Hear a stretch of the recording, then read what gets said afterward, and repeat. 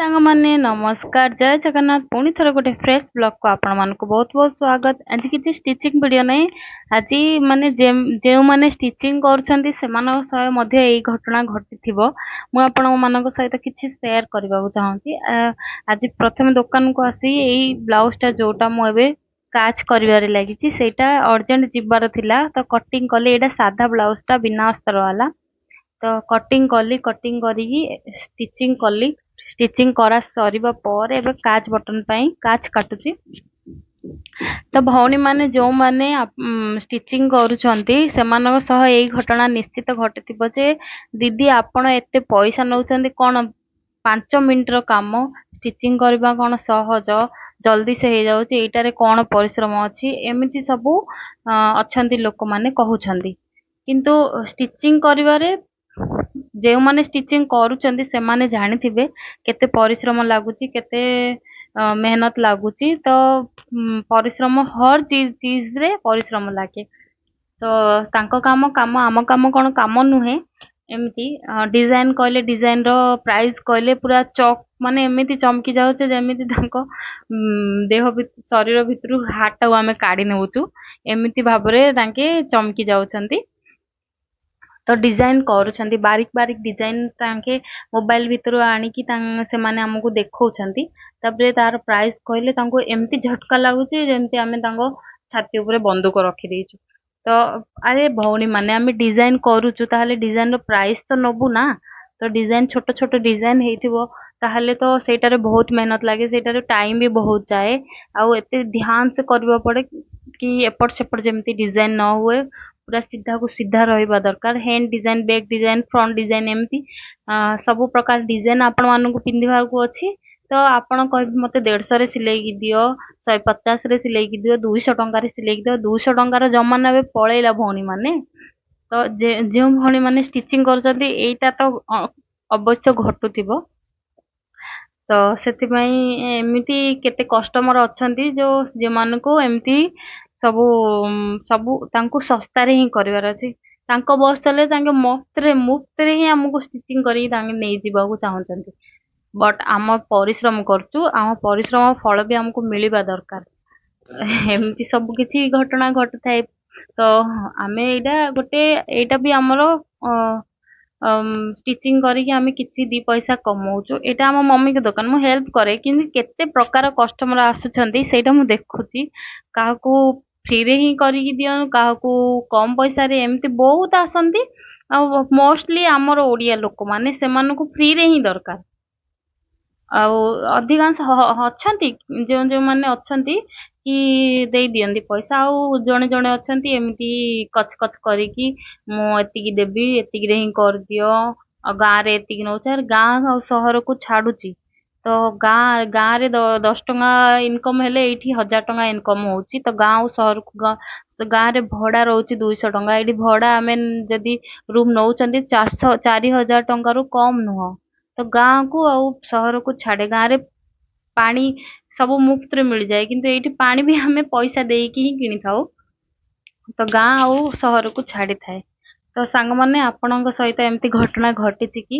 ତ ମୋ ସହିତ ସେୟାର କରିବେ, କମେଣ୍ଟରେ କହିବେ କାହା କାହା ସହିତ ଏମିତି ସବୁ ଘଟଣା ଘଟିଛି। ଆଉ ମୁଁ ଆପଣ ମାନଙ୍କୁ ତ ସେୟାର କରିଲି। ଏବେ ଦେଖନ୍ତୁ ମୁଁ କାଚ ବଟନ କରିଥିଲି, କାଚ କରିଛି। କାଚ କରିବା ବହୁତ ଟେନସନ। କାଚ କଲେ ବିଜାର ଲାଗେ, କେତେ ଟାଇମ ଲାଗେ। ଏଇଟା ମତେ ବହୁତ ବିରକ୍ତ ଲାଗେ। ଆରେ ଖାଇବା ବନେଇଲା ବେଳେ ଅଟା ଚକଟାରେ ମତେ ବିଜାର ଲାଗେ, ଆଉ ଷ୍ଟିଚିଂ କରିସାରିଲା ପରେ କାଚ କରିବା, ହଁ ହୁକ୍ ଲଗେଇଦେବି, ହୁକ୍ ମତେ ବହୁତ ସାରା ଆଣିକି ଦିଅ, ଲଗେଇଦେବି। କାଚ କରିବା ପାଇଁ ବହୁତ ବିରକ୍ତ ଲାଗେ। ਪਰ କଣ କରିବି, କରିବାକୁ ତ ପଡିବ। ଦେଖନ୍ତୁ କାଚ ମୋର ଫାଇନାଲି ମୁଁ କାଚ କରିଦେଇଛି, କିନ୍ତୁ ଗୋଟେ ହୋଲ କରିଛି, ଆହୁରି ଅଛି। ତ ସବୁତକ ହୋଲ କରିସାରିଲା ପରେ ମୁଁ ଆପଣ ମାନଙ୍କ ସହିତ କିଛିଟା ବ୍ଲାଉଜ ଡିଜାଇନ ବି ଅଛି ଆପଣ ମାନଙ୍କ ସହିତ ମୁଁ ସେୟାର କରିବି। ରିସେଣ୍ଟଲି 2 ଦିନ ହେଲା ସିଲେଇକି ରଖାଯାଇଛି ବାହାରକୁ। ଯୋଉ ଆମର ଏଇଠି ସିଲେଇ ଶିଖିକି ଯାଇଛନ୍ତି ସେମାନଙ୍କୁ ଦିଆଯାଉଥିଲା, ସେ ସବୁ ବ୍ଲାଉଜ ଆସି ମୁଁ ଆପଣଙ୍କ ସହିତ ସେୟାର କରୁଛି। ଦେଖନ୍ତୁ, ଆଉ ଏଇଟା ହଉଛି ବ୍ଲୁ କଲର ବ୍ଲାଉଜ ଟା। ଏଇଟା ଲଙ୍ଗ ହ୍ୟାଣ୍ଡ ୱାର୍କ ବାଲା ନାହିଁ, ଏମିତି ସିମ୍ପଲ ଟା ଡବଲ କଟରୀ ବ୍ଲାଉଜ ଟା। ଦେଖନ୍ତୁ ଓ ଯେଉଁମାନେ ଡବଲ କଟୋରୀ ମୁଁ ଏଇଟା ଡାଇରେକ୍ଟ ହିଁ ଷ୍ଟିଚିଂ କରେ, କଟିଂ କରେନି। ଡବଲ କଟୋରୀ ମାନେ ଦି ଭାଗ କରି କଟିଂ କରେନି, ଡାଇରେକ୍ଟ ହିଁ କଟୋରୀ ବି ମଝିରେ କଟୋରୀର ସେପ୍ ଦେଇଦିଏ ଡବଲ କଟୋରୀର, ତ ହେଇଯାଏ। ଆଉ ଏମିତି କେତେଟା ଅଛି ଡିଜାଇନ। ଡିଜାଇନର ବ୍ଲାଉଜ ଆପଣଙ୍କ ଆଡେ କେମିତି କଣ ରେଟ୍ ନିଅନ୍ତି ତ ମୋ ସହିତ ସେୟାର କରିବେ, କମେଣ୍ଟରେ ମତେ ଜଣେଇବେ। ଏଇଟା ଦେଖନ୍ତୁ ଫାଇନାଲ ଲୁକଟା। ଏଇଟା ଟିକେ କଡା ହାର୍ଡ କପଡାଟା ତ ସେଥିପାଇଁ ଏମିତି ରହୁଛି। ଆଇରନ୍ ବାକି ଅଛି, ଆଇରନ୍ କରିବା, ଆଇରନ୍ କରିକି କଷ୍ଟମରକୁ ଦିଆଯାଏ, ଏମିତି ଆମର ଦିଆଯାଏନି। ଆଉ ଏଇଟା ଦେଖନ୍ତୁ, ଏଇଟା ବି କଟୋରୀ ବ୍ଲାଉଜଟା। ଏଇଟା ଆମର ଜଣେ ଯୋଉ ଶିଖିକି ଯାଇଛନ୍ତି ସେମାନଙ୍କୁ ଦିଆ ହେଇଥିଲା, ସେଇ ଦିଦି ସିଲେଇଛନ୍ତି ଦେଖନ୍ତୁ।